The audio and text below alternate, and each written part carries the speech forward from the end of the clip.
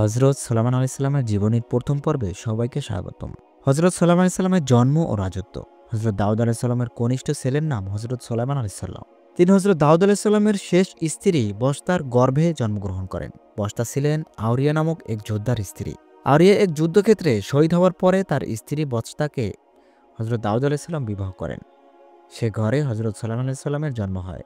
হযরত সুলাইমান আলাইহিস সালামকে তার পিতা হযরত দাউদ আলাইহিস সালাম নিজ সিংহাসনে স্থলাভিষিক্ত করেন এবং বেহেশতের আংটি তার পরিয়ে দেন। বেহেশতের আংটি হাতে পরার সাথে সাথে হযরত সুলাইমান আলাইহিস সালামের মধ্যে এমন শক্তিশালী অলৌকিক ক্ষমতার সমাবেশ ঘটল, যা তিনি নিজেই বর্ণনা করেছেন। তিনি জাতিকে লক্ষ্য করে বলেছেন, তোমরা মনে রাখো, আল্লাহ তাআলা আমাকে পশু পাখি জিন পরিসহ 18,000 মাখলুকাতের ভাষা শিক্ষা আমাকে দিয়েছেন। সমগ্র পৃথিবীর যাবতীয় দৃশ্য অবলম্বন ক্ষমতা আমাকে দিয়েছেন। এছাড়া যাবতীয় প্রয়োজন মেটানোর প্রয়োজনীয় সব কিছু আমাকে আল্লাহ তাআলা দান করেছেন। কোনো অভাব অপূর্ণতা আমার নেই। আল্লাহ তাআলা আমাকে অনেক বড় করেছেন, আলহামদুলিল্লাহ। হযরত সুলাইমান আলাইহিস সালাম ছিলেন এক মহারাজ, যার সমকক্ষ কোনো রাজা বাদশার আবির্ভাব পৃথিবীতে আর ঘটেনি। তার সিংহাসন ছিল 7 মাইল লম্বা এবং 7 মাইল প্রশস্ত। তার সিংহাসনের ডান পাশে থাকত এক সেনা বাহিনীর বিরাট ব্যাটালিয়ন এবং বাম পাশে থাকত জিনপরিদের সারিবদ্ধ দল। পিছনে থাকত দৈত্যদানবদের বিরাট দল। আশেপাশে থাকত সারিবাঁধা পশুপক্ষীর দল। এ সিংহাসনের চারপাশে ছিল সুরম্য অট্টালিকা। বহু কক্ষ এবং বহুতল বিশিষ্ট ছিল এ সমস্ত অট্টালিকা। এসব অট্টালিকায় থাকতেন তার স্ত্রীগণ ও দাসদাসীরা। হযরত সুলাইমান আলাইহিস সালামের বিশাল সিংহাসনটি বাতাস বহন করত। এর গতিবেগ ছিল অত্যন্ত দ্রুত। হাজার হাজার মাইল পথ নিমিষেই অতিক্রম করে যেতে ভোরে বিকেলে শাহনশাহ হযরত সুলাইমান আলাইহিস সালামের সিংহাসনে বসে পৃথিবীর এক প্রান্ত থেকে অপর প্রান্তে বেড়াতে যেতেন। পৃথিবীর মানুষকে তিনি তৌহিদের দাওয়াত দিতেন। তার পিতার নিকট প্রেরিত জবুর কিতাব তিনি পাঠ করতেন এবং তদনুসারে তিনি রাজ্য পরিচালনা করতেন। হযরত সুলাইমান আলাইহিস সালামের যুগে কোনো অশান্তি ছিল না। মানুষ যথেষ্ট আরামে জীবনযাপন করত। অন্যায় কাজ করার প্রবৃত্তি মানুষের ছিল না বললেই চলে। তবু দেশে কিছু বিচারের ঘটনা ছিল। হযরত সুলাইমান আলাইহিস সালাম অধিকাংশ বিচার নিজের হাতে করতেন। হযরত সুলাইমান আলাইহিস সালামের রাজধানীর এলাকা ছিল 70 মাইল ব্যাপী।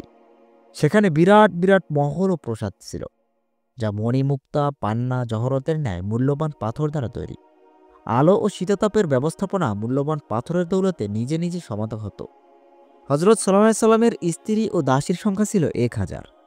তিনি একই রাত্রে সকল স্ত্রী ও দাসীদের সাথে সহবাস করতে সক্ষম ছিলেন। প্রত্যেক স্ত্রী ও দাসীর জন্য ছিল ভিন্ন ভিন্ন প্রসাদ। তাফসীর কারকগণ হযরত সুলাইমান আলাইহিস সালামের সিংহাসনের সৌন্দর্যের বিরাট বর্ণনা দিয়েছেন।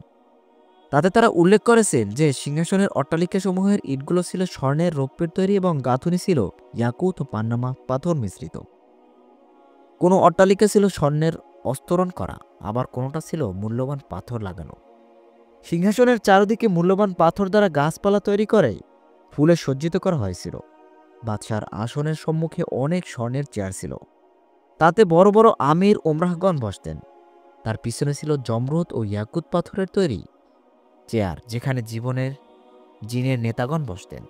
তার পিছনে ছিল রৌপ্য নির্মিত চেয়ার, সেখানে গণ্যমান্য ব্যক্তিগণ ও জিনেরা বসতেন। তার পিছনে ছিল শ্বেত পাথরের চেয়ার, সেখানে সাধারণ মানুষ ও জিনপরীরা বসতেন। সিংহাসনের সম্মুখে পাথর তৈরি দুটো বাঘের আকৃতি ছিল, যা অতি মূল্যবান পাথর দ্বারা তৈরি করা হয়েছিল। হযরত সুলাইমান আলাইহিস সালাম যখন সিংহাসনে আরোহণ করতেন, তখন তারা মৃদু ডাক দিয়ে মাথা নত করে তাকে সম্মান প্রদর্শন করত। বিভিন্ন রকমের যে গাছসমূহ তৈরি করা হয়েছিল, তার ডালে ডালে ময়ূর, বুলবুল, অন্যান্য পাখি প্রকৃতি ছিল। তাদের পেটের মধ্যে মেশক, আম্বার ও গোলাপ জাতীয় সুগন্ধি ভরে দেওয়া হয়েছিল। হযরত সুলাইমান আলাইহিস সালাম যখন সিংহাসনে বসতেন, তখন পাখিগুলো ডানা মেলে সুগন্ধি ছড়াতে থাকত।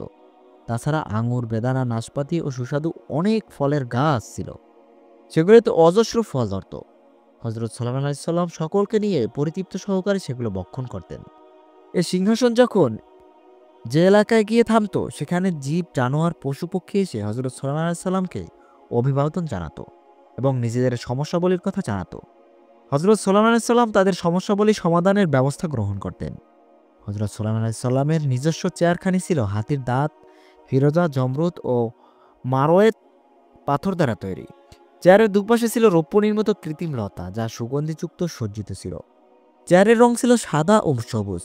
চেয়ারের উপর গদি ছিল অনেক মূল্যবান, যা স্বর্ণের কারুকার্য খচিত ছিল। এভাবে বিভিন্ন সাজসজ্জা সিংহাসন ছিল ভাস্কর মণ্ডিত। কথিত আছে হযরত সুলাইমান আলাইহিস সালামের সিংহাসনে ও রাজমহল তৈরির ক্ষেত্রে জিনদের তৎপরতা ছিল প্রধান। দৈত্য দানবেরা সমুদ্র থেকে মূল্যবান মুক্তা ও পাথর সংগ্রহ করত এবং ভূগর্ভস্থ স্বর্ণরূপ খুঁজে বের করে শাহী দরবারে নিয়ে আসত। অতঃপর শিল্প নিপুণ জিনেরা উহা যথাস্থানে লাগিয়ে সুন্দরমর্জিত করত। ভাস্কর্য কার্যে দক্ষ জিনেরা পাথর খোদাই করে সৃষ্টি করে ভেস্তের অপরূপ। হযরত সুলাইমান আলাইহিস সালামের চারদিকে ছিল ফুলের বাগান, ঝর্ণা ও ছোট নদী, যাতে সর্বদা পানির সাধারণ স্রোত চলমান থাকত। রাজমহলের মধ্যে ছিল বিরাট ইবাদতখানা, সেখানে মানুষ সর্বদা ইবাদত বন্দেগীতে লিপ্ত থাকত। হযরত সুলাইমান আলাইহিস সালাম সপরিবারে সেই ইবাদতখানায় ইবাদত করতেন, দেশবাসীর জন্য দোয়া করতেন। বিচারকে তিনি ইবাদত মনে করতেন, তাই তিনি ওখানে বসে আল্লাহ তাআলাকে সাক্ষী রেখে বিচারের রায় প্রদান করতেন। তার রাজমহলের মাঝে ছিল এক বিশাল মেহমানখানা, সেখানে প্রতিদিন হাজার হাজার মানুষ খাওয়াতো। প্রতিদিন সেখান থেকে ২৭ মণ জবাইকৃত পাখির পালক ও জীবজন্তুর চামড়া ফেলে দেওয়া হতো। এ থেকে মেহমানখানার মেহমানদের সংখ্যা কিছুটা অনুমান করা যায়। এতদা সত্ত্বেও হযরত সুলাইমান আলাইহিস সালাম রাজকোষ থেকে নিজে খাদ্য বাবদ কিছু গ্রহণ করতেন না। তার নিজ শ্রম দ্বারা উপার্জিত অতি সামান্য উপার্জন দ্বারা তিনি আহার সংগ্রহ করতেন। কথিত আছে তিনি ব্যাত্তরির ছোট একটি ব্যবসা করতেন। উহা দ্বারা তিনি দৈনিক যা আয় করতেন তাই দিয়ে নিজের আহার যোগাতেন। হযরত সুলাইমান আলাইহিস সালাম সারা পৃথিবীর উপর রাজত্ব করতেন। সমস্ত পশু পক্ষী ও প্রাণী জগতের উপর ছিল তার কৃতিত্ব। আগুন, বাতাস, পানি ছিল অধীন। জিনপরি ছিল তার অজ্ঞাবহ। এছাড়াও তিনি আল্লাহর দরবারে যা চাইতেন তাৎক্ষণিকভাবে তা মঞ্জুর করা হতো। এতদা সত্ত্বেও তিনি সারা রাত আল্লাহর দরবারে কান্না করে নিজের উম্মতের মঙ্গল কামনা করতেন। রিজিকের স্বল্পতা, দায়িত্ব থেকে অহংকার জাতীয় ক্ষতিকারক থেকে, রিপু থেকে আল্লাহর দরবারে সর্বদা আশ্রয় প্রার্থনা করতেন। কথিত আছে হযরত সুলাইমান আলাইহিস সালাম এর বিচার ছিল অত্যন্ত কঠোর।